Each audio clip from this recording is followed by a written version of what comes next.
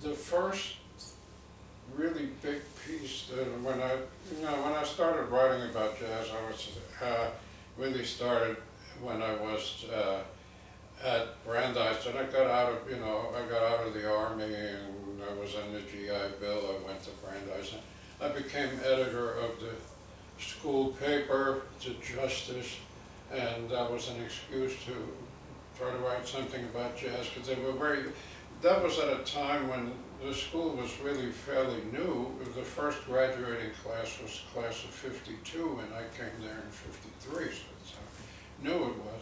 Maybe 700 students, no graduate programs yet. So there was just a little handful of jazz fans, but I tried to, get people interested in jazz, and we managed to get some student fund money. They had classical concerts there, so why not jazz? And that's how I got to know George Wein, who was Storyville in Boston and all that. But now I've lost track of what I wanted to say about that. Oh yeah, so when I got to writing about jazz, with the help of now the late Nat Hentoff, Nat was helpful to me, got me my first assignment from Downbeat and stuff. Anyway, I was writing for Jazz Journal. Stanley Dance got me this thing, and a monthly newsletter from New York. But the first big piece I did was about Lester, and it was on the occasion of an odd night at Birdland, which was called, I think, it was billed as Lester Young's, like his 30th anniversary in show business. It still comes in show business. It was the longest piece I had written at that point, and also I think one of the best I had ever done. And it was done white heat. I started writing the moment I came home after that at night. It was like 2, 3 o'clock in the morning, and they were still in the typewriter days at my old Royal. Went through a pack of cigarettes or whatever.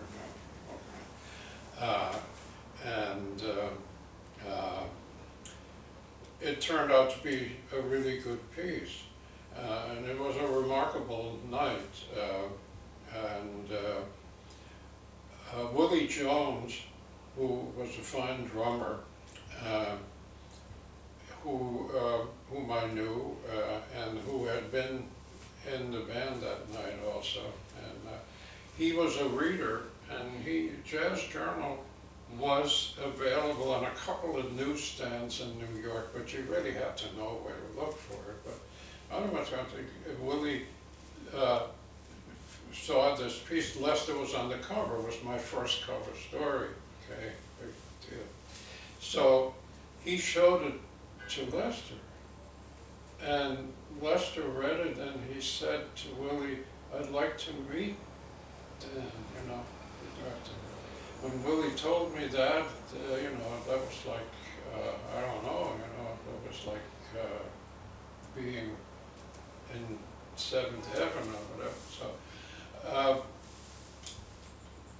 at that time, Prez was at the 5 Spot, and went to see him there, and then Willie took me at the 5 Spot, the original one.